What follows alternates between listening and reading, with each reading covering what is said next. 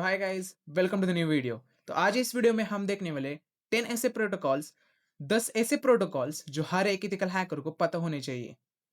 तो बिना कुछ देरी के चलो वीडियो को शुरू करते हैं।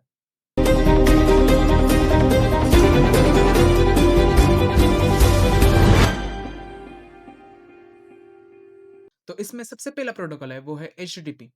HTTP यानी हाइपर टेक्स्ट ट्रांसफर प्रोटोकॉल। अब ये प्रोटोकॉल क्या है?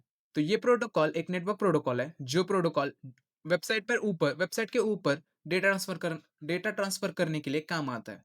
ठीक है, और इसके साथ और एक प्रोटोकॉल है वो है सिक्योर यानी कि HTTPS। HTTPS यानी हाइपर टेक्स्ट ट्रांसफर प्रोटोकॉल और सिक्योर। ये एक सिक्योर प्रोटोकॉल है HTTP से भी ज्यादा, क्योंकि HTTP जो कनेक्शन है, जब भी कनेक्शन वेबसाइट के साथ करता है तब जो जो डेटा ट्रांसफर करता है वो सारा डेटा अनइनक्रिप्टेड फॉर्म में होता है, और जो HTTPS करता है वो डेटा इनक्रिप्टेड होता है। ठीक है, और इसके वजह से हम उस पर्टिकुलर डेटा को देख नहीं पाएंगे।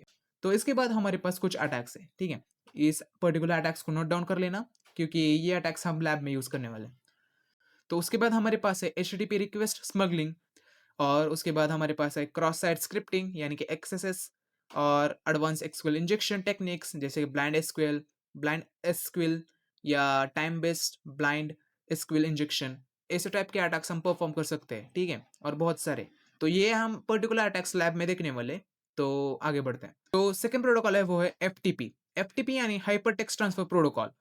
एक प्रोटोकॉल जो एक प्रोटोकॉल जो ट्रांसफर करता है फाइल ओवर द इंटरनेट। ठीक है, अगर हमारे पास दो कंप्यूटर्स है, ठीक है, और हमारे पास एक सर्वर है, उस सर्वर पर अगर बहुत सारी फाइल्स अपलोड की होगी और स्टोर करके रखी होगी, तो हम FTP की मदद से उस पर्टिकुलर सर्वर से वो पर्टिकुलर फाइल को हम एक्सेस कर सकते हैं। ठीक है, यानी कि हमारे गूगल ड्राइव की तरह, जहां पर हम क्लाउड की मदद से हम हमारे जो फाइल्स होते हैं वो अपलोड करके रखते हैं। जब भी हमें जरूरत होती है तब हम उसको एक्सेस करते हैं। ठीक है, वैसे ही तो इसमें भी बहुत सारे अटैक्स फ्रेमवर्क्स है। इसमें भी बहुत सारे अटैक्स है, जैसे कि FTP बाउंसिंग अटैक या बाउंस अटैक्स। बाद में हमारे पास है डायरेक्ट ट्रैवल्सल अटैक्स। बाद में एडवांस ब्रूट फोर्सिंग अटैक, या हमारे पास एक्सप्लॉइटिंग FTP इंक्रिप्शन। तो उसके बाद हमारे पास है थर्ड प्रोटोकॉल, और वो है SMTP। SMTP यानी सिंपल मेल ट्रांसफर प्रोटोकॉल। तो ये प्रोटोकॉल मेनली मेल जो सर्विस होते हैं उसमें काम आता है। ठीक है, तो जब कभी भी हम मेल को सेंड करते हैं या रिसीव करते हैं तो ये प्रोटोकॉल काम आता है तभी। तो इसका जो वर्किंग है वो बहुत ईजी है। ठीक है, तो हमारे पास एक पर्टिकुलर सेंडर और एक रिसीवर है, जिसमें एक यूज़र आईडी या यूज़र एजेंट होता है। और जब भी वो यूज़र एजेंट किसी भी मेल को एक रिसीवर के पास भेजता है, तो ये प्रोटोकॉल TCP के कनेक्शन की मदद से हमारे जो SMTP जो कमांड्स है वो एग्जीक्यूट करता है, और तभी इस पर्टिकुलर रिसीवर के पास वो पर्टिकुलर जो मेल होता है वो रिसीव हो जाता है। ठीक है, तो उसके बाद हमारे पास है अटैक्स। इसमें भी बहुत सारे अटैक्स है। ठीक है, तो उसके बाद है हमारे पास DNS। अब DNS कैसे काम करता है मैं आपको बताता हूँ। तो DNS यानी डोमेन नेम सिस्टम। अब इसमें इसके नाम में ही डोमेन नेम है। ठीक है, तो समझ जाओ।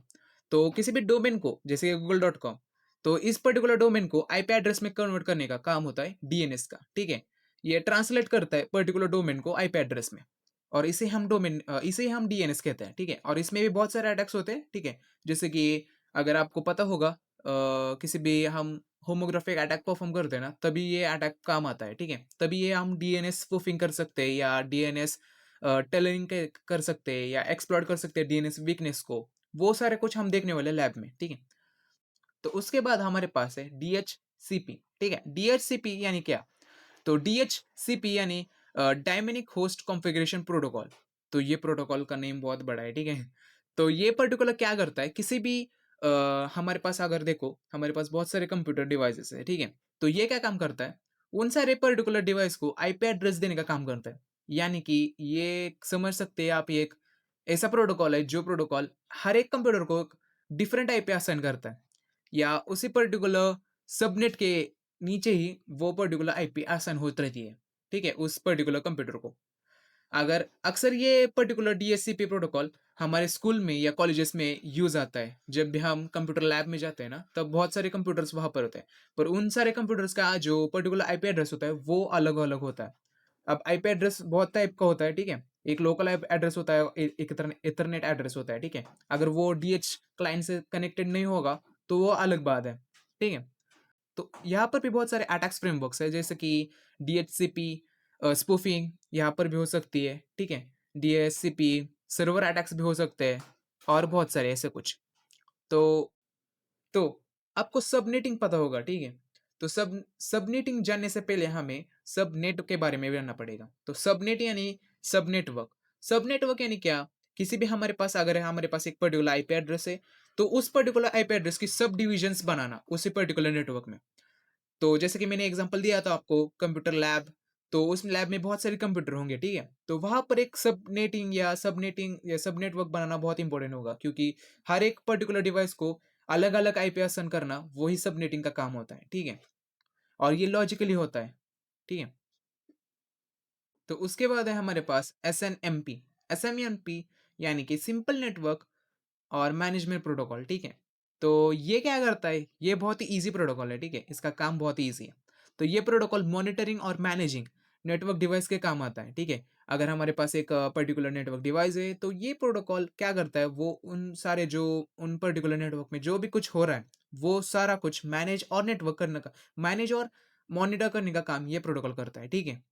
तो इसमें बहुत सारे अटैक्स हैं, ठीक है? तो सबसे पहला अटैक है ब्रूट फोर्सिंग, उसके बाद है स्पूफिंग, एक्सप्लॉइटिंग, वीकनेसेस। तो उसके बाद हमारे पास है प्रोटोकॉल एलडैप। एलडैप यानी lightweight directory access protocol, जो प्रोटोकॉल किसी भी डायरेक्टरी को या डायरेक्टरी इंफॉर्मेशन को मैनेज करने के लिए और एक्सेस करने के लिए काम आता है, ठीक है? अगर हम इसके वर्किंग को देखें तो ये यूजुअली जो प्रोटोकॉल है वो बिजनेस एप्लीकेशन में यूज किया जाता है, जहाँ पर भी आईटी इंफ्रास्ट्रक्चर सर्विसेज जैसे कि ईमेल सर्वर्स, ऑथेंटिकेशन, ऑथराइजेशन जैसे काम होते हैं, वहाँ पर ये काम आता है, ठीक है? तो बेसिकली ये प्रोटोकॉल एक्सेस और मैनेजिंग जो हमारी जो इंपॉर्टेंट फाइल्स और डायरेक्टरीज होते हैं वो मैनेज करने के लिए काम आता है, ठीक है? एक डायरेक्ट की तरह ये प्रोटोकॉल बेसिकली एक डायरेक्टरी और एक फोल्डर की तरह काम करता है, ठीक है? तो इसमें भी बहुत सारे अटैक्स है जैसे कि हमारे पास इंजेक्शन अटैक है, एडवांस इंजेक्शन टेक्निक्स है, ठीक है? जैसे कि हमारे पास एसक्यूएल इंजेक्शन है, वैसे ही ये भी इंजेक्शन की तरह काम कर सकते हैं हम इस पर भी। उसके बाद हमारे पास ब्रूट फोर्स अटैक्स जैसे कि एक्सप्लॉइटिंग, जैसे मैंने बोला था एक्सप्लॉइटिंग हर एक प्रोटोकॉल में आने वाला है, ठीक है? तो उसके बाद हमारे पास है नेट बायोस। नेट बायोस यानी network basic input output system. तो इनपुट आउटपुट सिस्टम की मदद से ही आपको पता चल गया होगा, ये बहुत ही बेसिक प्रोटोकॉल है जो नेटवर्किंग में बहुत ही इंपॉर्टेंट है पर कॉमन है, इसलिए मैंने इसको ऐड किया है यहाँ पर, ठीक है? तो यहाँ पर हम देख सकते हैं जैसे कि ये पर्टिकुलर प्रोटोकॉल क्या करता है, जहाँ किधर भी फाइल्स या प्रिंटर शेयरिंग होती है, तब ये पर्टिकुलर सर्विस या नेटवर्क सर्विस काम आती है, ठीक है? तो इसमें भी हम अटैक कर सकते हैं। तो सबसे पहला अटैक्स है जैसे कि स्पूफिंग कर सकते हैं, एलिमिनेशन कर सकते हैं, एक्सप्लॉइटेशन कर सकते हैं या डॉस अटैक भी परफॉर्म कर सकते हैं। डॉस अटैक यानी डिनायल ऑफ सर्विस अटैक्स, ठीक है?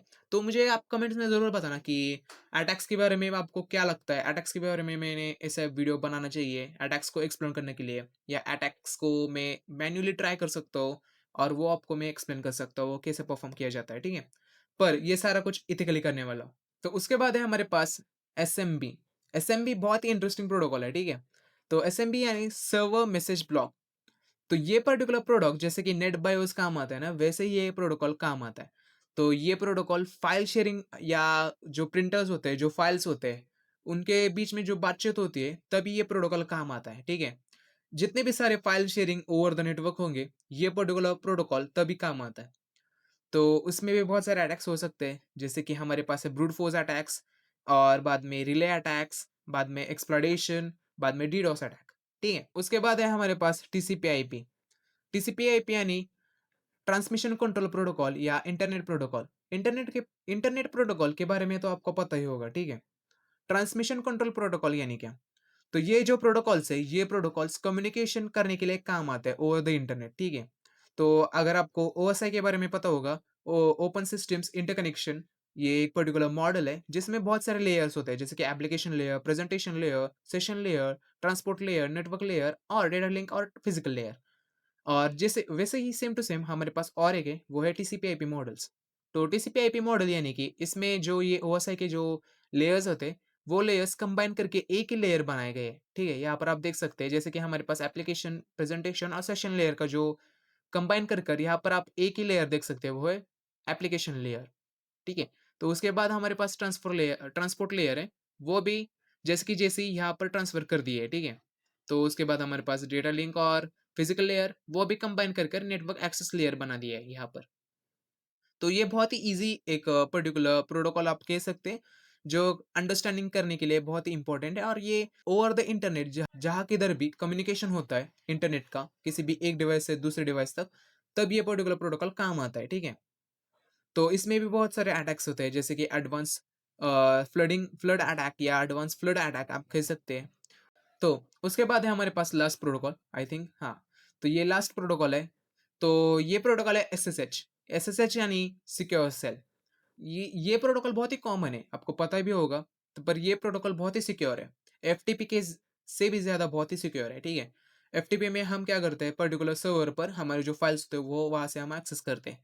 पर इस प्रोटोकॉल में वो ही होता है पर इसमें एक थिंग है, वो है क्या कि जब कभी भी हम किसी भी पर्टिकुलर फाइल को या किसी भी पर्टिकुलर डेटा को एक्सेस करना चाहते हैं, तभी हमें सिक्योर की जैसे कि पासवर्ड माँगा जाता है, तभी हम उस पासवर्ड की मदद से ही उसे पर्टिकुलरली एक्सेस कर सकते हैं, ठीक है? अगर हम इसके यूज़ केस में जाएँगे, तो ये particular protocol secure remote access network device यानी कि किसी भी नेटवर्क डिवाइस पर ये पर्टिकुलर सर्वर होस्ट किया जाता है और जब कभी भी हमें किसी भी इम्पोर्टेंट डेटा को एक्सेस करना पड़ता है, तभी हम एक पर्टिकुलर की होती है एसएसएच की, तभी उसी पर्टिकुलर की से हम उस डेटा को एक्सेस कर सकते हैं। एक सिक्योर शेल की तरह ये आप बोल सकते हैं इसको।